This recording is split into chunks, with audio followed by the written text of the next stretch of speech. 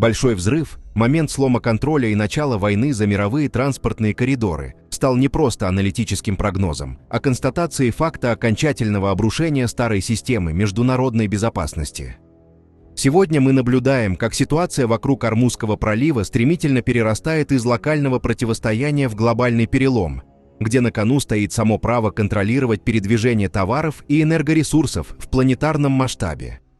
Решение США начать полномасштабную блокаду, охватывающую не только пролив, но и Оманский залив вместе с Аравийским морем, создало беспрецедентный юридический и военный прецедент. Фактически Вашингтон заблокировал уже заблокированный Ираном пролив. Дональд Трамп прямо заявил, что с 13 апреля американские силы начнут перехват и уничтожение любого судна, которое входит в иранские порты или выходит из них, а также тех, кто рискнул заплатить Тегерану за проход по его коридорам. Эта стратегия двойной петли привела к тому, что важнейшая мировая артерия оказалась в состоянии паралича, где ни одна из сторон не готова уступать, превращая судоходство в зону тотального риска. Риторика Белого дома достигла предельного накала. Американский лидер пообещал немедленно и жестоко уничтожать любые иранские быстроходные катера и корабли, приближающиеся к зоне блокады, используя те же протоколы, что применяются против наркоторговцев в открытом море. По утверждению Вашингтона, на морском дне уже находятся останки 158 единиц ВМФ Ирана, и США не намерены останавливаться. Однако, несмотря на обещание Трампа о поддержке со стороны НАТО, ни одна страна Альянса пока официально не подтвердила свое участие в этой операции, что указывает на глубочайший кризис доверия внутри западного блока. В это же время реальность на воде демонстрирует возникновение альтернативного центра силы. Пока западный флот пытается выстроить стену, иранские паблики сообщают о 15-20 судах, преимущественно китайских, российских и пакистанских, которые за последние 36 часов успешно пересекли пролив по новому иранскому коридору. Это разделение мира на две навигационные системы. Одну, которая задыхается под санкциями, и вторую, которая продолжает функционировать вопреки воле Вашингтона, означает начало формирования двойной мировой экономики, где американская монополия на море больше не является абсолютной. Параллельно с военным давлением разворачивается сложнейшая дипломатическая драма. Переговоры в Исламабаде, на которые возлагались огромные надежды как на последний шанс избежать большой войны до окончания перемирия 21 апреля, фактически зашли в тупик. Основным камнем преткновения стали сроки моратория на обогащение урана. Вашингтон настаивал на 20 годах, тогда как Тегеран ответил предложением, исчисляемым одной цифрой. Этот провал посреднических усилий Пакистана, Египта и Турции развязал руки сторонникам силового сценария. Официальный представитель Минобороны Ирана Реза Талаиник уже подтвердил, что стратегические запасы ракет, беспилотников и боеприпасов доведены до уровня, позволяющего вести длительные и эффективные наступательные действия.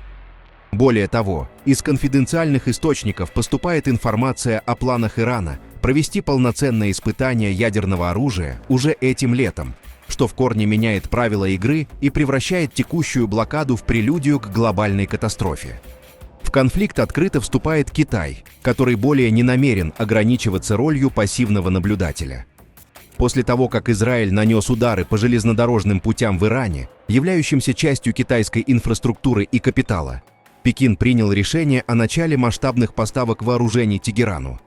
Китайская сторона стремится защитить свои экономические интересы, что уже вызвало волну угроз со стороны Трампа в адрес КНР. Таким образом, блокада Ирана спровоцировала прямой клинч между сверхдержавами. Скрытая суть происходящего заключается в том, что США пытались изолировать противника, но вместо этого обнажили собственную неспособность контролировать мировые артерии в одиночку. Появление китайского флота в качестве гаранта иранского коридора означает, что эра единоличного американского арбитража в Мировом океане подошла к концу. Сегодняшний хаос в Ормузском проливе – это не просто региональный кризис, а момент, когда море разделилось на зоны влияния. Около 800 судов, застрявших в пробке и ожидающих решения своей участи, стали символом краха глобальной торговли. Иранская доктрина сдерживания теперь звучит просто: «Если не пройдем мы, не пройдет никто». Это превращает блокаду в баланс экономического страха, где цена на энергию и логистику становится заложником военных решений. Мы наблюдаем, как попытка закрыть одну дверь привела к тому, что весь дом оказался в огне. То, что начиналось как акция принуждения к сделке, обернулось полномасштабным переделом права на движение во всем мире, где старые альянсы рушатся, а новые игроки диктуют свои правила игры прямо на линии фронта. Контроль потерян, и то, что последует за этим большим взрывом, определит облик планеты на десятилетия вперед. 6 недель военного конфликта с Ираном предоставили экспертам уникальные данные, заставляющие мировые державы радикально пересмотреть свои стратегические планы. Ключевой вывод гласит: доктрина массированных залпов, считавшаяся решающим оружием, не оправдала ожиданий. Несмотря на пуски тысяч дронов «Камикадзе», «Шахед» и баллистических ракет, лишь единицы достигли целей. Например, из 262 ракет, выпущенных по ОАЭ, результативными оказались лишь 2, что ставит под сомнение военные концепции Китая и КНДР, делающих ставку на подавление противника количеством.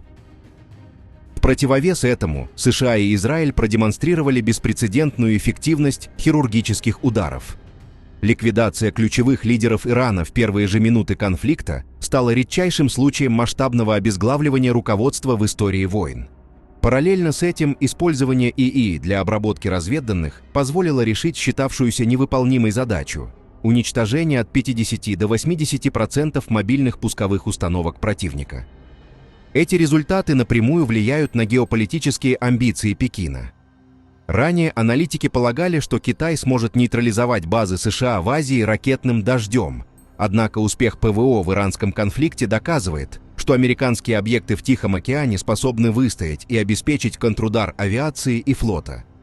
Столь высокая защищенность может заставить КНР отказаться от планов силового захвата Тайваня в пользу дипломатического давления. В то же время относительный успех Ирана в применении асимметричных методов и манипуляциях вокруг Ормузского пролива показал, с какими нестандартными сценариями может столкнуться сама китайская армия.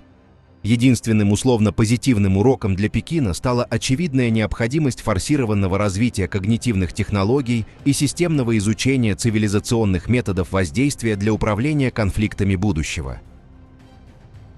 Подписывайтесь на наш канал и следите за самыми актуальными новостями мира.